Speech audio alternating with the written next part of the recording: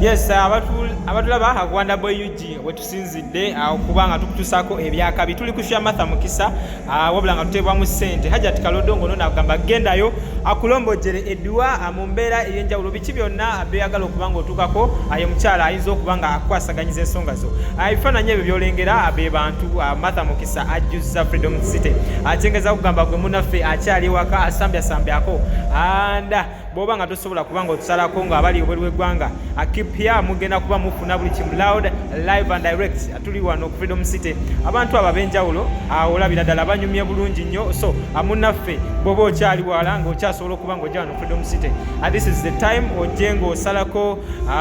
mwana muwala Martha Mukisa obe ng'omusupport ng'abantu bajjudde so bwoba okyali waka sambyako obenga ekintu kino kikwasagiza abayimbi bangi backstage atugenda kuba tubakulaga abasazeewo okubanga bamuwagira so abantu bo bazisazirewo ddala okubanga Martha Mukisa abamuwagira ddala VIP tugenda gikulaga yonna wajjudde so amuganda waffe yonna gy'oli kano ke kaseera yessaawa awenjogerera obenga otusalako mu mbeera ey'enjawulo Martha Mukisa live in concert Freedom City Wonder Boy UG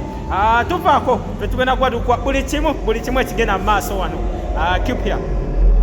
So embeera nga bw'ogiraba abantu bo basazeewo okubanga bajja so kapakati ebintu byayogera byali bikyamu era nga bw'abanga omulogo wa muyina yessaawa amugobe kubanga Martha Mukisa abantu balaze nti kapakati byonna bye yali ayogera atakyakola abantu nno wetunyumizaako nabo abatugambye kapakati oyo naye akole kino Freedom City Martha Mukisa kyagikoze so abayimbi mulina okubanga muwamadnamu ekitiibwa Martha Mukisa alaze kapakati litakyalina kyagamba ggwanga era kapakati essaawa alenga adda mu kyalo so nga bwolaba ebyo ebifaananyi muganda wange asobodde okuba nga agikubira ddala so kapakati yonna gyali akigambibwa essaawa yonna ayinza okuba nga agenda ku ccupa omwana amumenya omutima so munaffe oba okyali waka abawala abo olabira ddala nti balungi nnyo so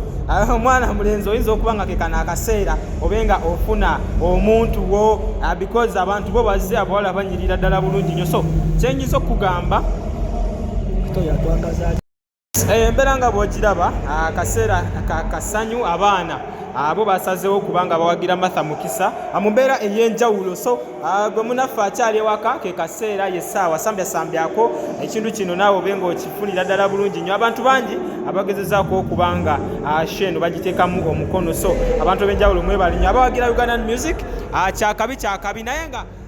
Martha Mukisa ye essaawa yonna alinnya ku stage bw'oba okyali ewaka essaawa zijja kuba nduza nga 3 nnyaawo era buli kimu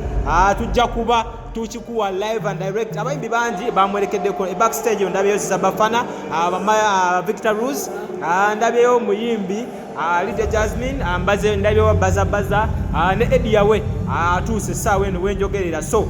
gwe munaffe akyali waka endongo ogenda kuba oginyumirwa abayimbi bangi nno abayira tosobola kuba malayo era naye nga bonna tugenda kuba tubakuwa gwe munaffe oba okyali ewaka ke kaseera yessaawa